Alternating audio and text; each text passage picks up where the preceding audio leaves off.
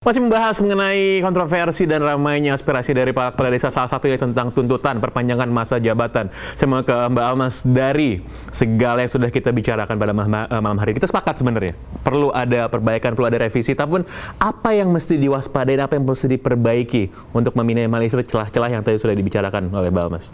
Iya, pertama adalah bagaimana meningkatkan pelibatan masyarakat, begitu ya, bahwa betul sudah ada musyawarah desa. Kemudian di Permendes gitu ya disebutkan untuk keuangan desa itu dipublikasikan, mulai dari RPJMdes, kemudian ada RKPdes, APBdes itu wajib dipublikasikan kepada masyarakat desa. Itu yang perlu diperkuat. Apa kemudian yang bisa dilakukan oleh masyarakat atau jurus paksa negara begitu ya, untuk memastikan bahwa informasi yang penting diketahui oleh masyarakat desa itu kemudian betul-betul tersedia secara mudah, karena di situ sudah tertera jelas begitu ya, informasi terkait dengan keuangan desa harus tersedia dan dapat diakses dengan mudah oleh masyarakat desa. Nah, pertanyaannya apakah semua desa begitu ya sudah melakukan hal yang sama, atau sebetulnya baru sebatas misalnya baliho besar yang menginformasikan secara umum berapa uang yang diterima desa dan penggunaan secara gelondongan gitu ya, dalam postur-postur yang besar saja, tetapi dalam informasi-informasi yang lebih detail itu rasanya masih menjadi informasi yang belum sepenuhnya bisa diakses oleh masyarakat desa. Jadi menurut kami, hemat kami di ICW, sebetulnya soal masalah di desa begitu ya, yang paling penting adalah diperkuat soal demokrasinya gitu ya, pelibatan masyarakat desa. Kita bicara demokrasi ini bukan cuma dalam ruang lingkup pilkades begitu, tapi bagaimana kemudian merumuskan kebijakan, perencanaan anggaran, perencanaan pembangunan di desa. Masyarakat desa itu dapat menjadi pihak yang paling efektif. Jadi aksi kepala desa itu bukan bagian dari demokrasi gitu? Karena yang kemudian condong terlihat ini adalah kepentingan yang disampaikan oleh kepala desa. Aksi kepala desa 17 Januari, aksi perangkat desa 25 Januari kemarin, ya kan? Itu bukan bagian dari demokrasi. Satu klaster kecil, Pak, dan kita bicaranya soal apa sih substansi yang ingin disampaikan oleh kepala desa pada saat itu begitu ya. Kalau kita lihat dari spanduk yang banyak ya di-capture oleh teman-teman media, yang paling condong terlihat kan adalah 9 tahun ya. Perpanjangan 9 tahun yang menurut hemat saya memang wajar ketika kepala desa mengidamkan perpanjangan masa jabatan. Justru mungkin pertanyaan yang harus disampaikan itu kepada partai politik atau elit politik. Jadi, bahkan menteri desa yang tanpa punya kajian, punya dasar, dia sudah mengiyakan soal 9 penambahan tahun masa jabatan 9 kali 3, 27 tahun ini aroma amisnya betul-betul ingin menjadikan, menyeret ya, menjebak ya pemerintahan desa ini. Ada 70.000 tadi akan menjadi aktor kunci untuk kemenangan agenda pilpres atau agenda partai politik tertentu. Nah, ini yang perlu kita waspadai karena ada persamaan kepentingan. Nah, kalau ada persamaan kepentingan tiba-tiba klik, nah ini yang ngeri. Di sini butuh suara, di sini butuh perpanjangan. Nah, ketemu. Nah, kalau ini nanti ketemu lagi diperpanjang ke presiden, kan repot lagi kita. Saya termasuk 1 tahun melawan isu perpanjangan 3 periode presiden dan berhasil kita lawan. Karena bukti bahwa ini tidak sesuai dengan amanat konstitusi Undang-Undang Dasar 45, bertentangan dengan uji materi yang dilakukan di JR di MK. Nah, ini yang kemudian roh perjuangan memperbaiki desa is okay. Tadi masalah efisiensi, karena Mas Sunan mau maju kepala desa habis anggaran besar, harus entertain, harus dipilih langsung oleh rakyat. Makanya solusinya apa? Gajinya dinaikin, tunjangannya dinaikin, kasih dana taktis supaya balik modal cepat. Nah, kalau kan cerita balik modal, efisiensi. Itu jadi pertanyaan itu saya. Kan solusi. Itu jadi pertanyaan saya ke Pak Sunan. 5 tahun nggak balik modal, betul, Bos. Pak, kalau misalnya nih kan ada 4 tuntutan. Balik modal, 9 tahun. Ada 4 tuntutan, anggaran dinaikkan dan sebagainya. Let's say Pak, 3 dikabulkan tapi soal perpanjangan masa jabatan nggak fine-fine aja nggak Pak? Ya pada intinya begini, ya kan.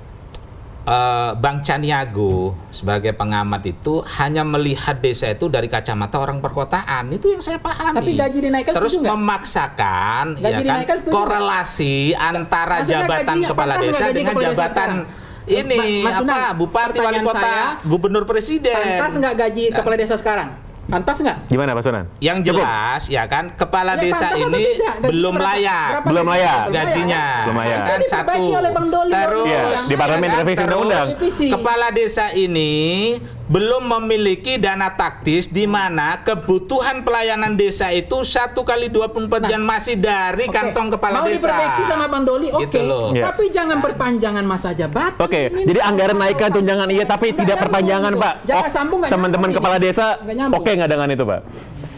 Pendapat nyambung atau tidak, ini kan relatif. Kacamata dia sebagai pengamat orang perkotaan ya seperti itu. Tapi kacamata saya ini kami dari tentu desa. kami punya kajian tersendiri. Betul, Pak. Jadi Karena gini, Pak Sunan. Pak Sunan, finalnya mohon maaf. adalah ketika DPR ya kan bersepakat dengan pemerintah melalui kajian yang komprehensif dan mendalam. Nah, itu yang kita terima. Betul. Nah, dari 4 tuntutan tadi dari Pak Sunan ya, itu sebenarnya 3 tuh sepakat semua, Pak. Kita nggak ada keberatan itu, teman-teman. Tapi soal perpanjangan nih, parlemen, pengamat, ICW juga, kayaknya yang itu jangan deh, Pak. Masa harus banget sih bagian perpanjangan jabatan tuh, Pak? Kalau ngotot ada maunya, pasti. Loh, Kalau pastilah kepala desa ini kan jabatan politik. Wajar dong, ya kan? Wajar. Pemikiran politik, frame-nya sama dengan politisi, ya kan? Wajar itu terjadi. Baik, Makanya Mbak, Betul. kalau wajar, 6 tahun kan bisa evaluasi, diteruskan atau tidak. Ada waktu kan? 9 tahun kita jenuh, Pak, nunggu 3 tahun itu. Nah, Karena kita butuh regenerasi juga. Oke, mandiri, Bang Pagi, lama.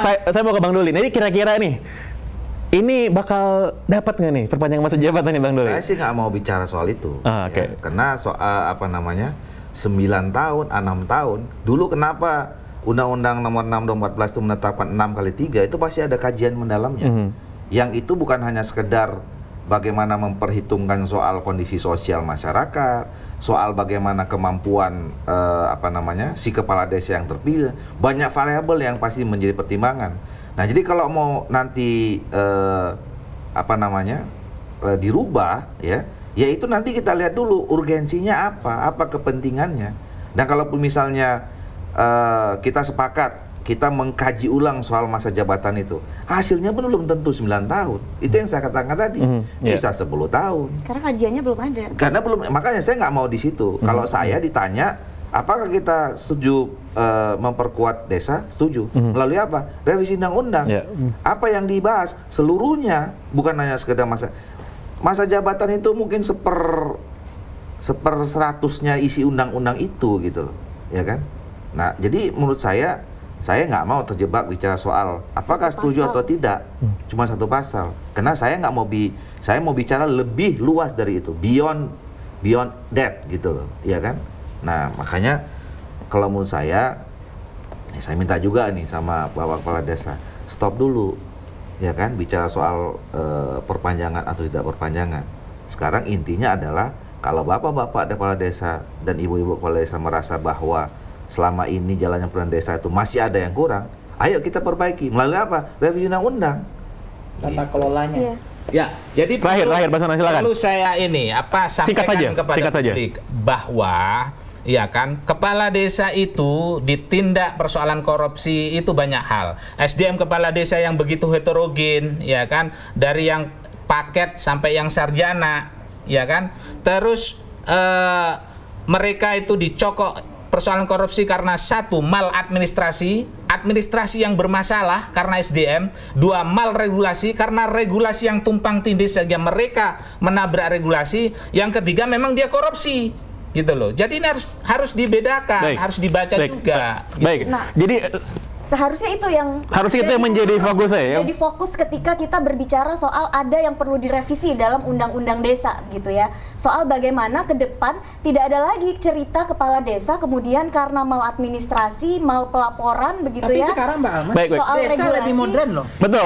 Mohon maaf Bapak, Modern. waktu kita sudah habis. Waktu kita sudah habis. Namun saya rasa di meja bundar ini, di meja kasih paham ini kita sepakat bahwa desa itu perlu diperkuat. Kita perlu memperkuat anggarannya perlu ditambah. Share fokus pembahasannya. Iya, tidak melulu soal perpanjangan masa jabatan, namun dengan sesuatu yang lebih substansial. Terima kasih kepada Bang Doli, Mbak Almas, Bang Pagi, dan juga Pak Sunan. Demikian episode yang begitu menggairahkan dari Kasih Paham pada malam hari. Nama saya Pangeran Syan. Sampai jumpa pekan depan. Bye-bye.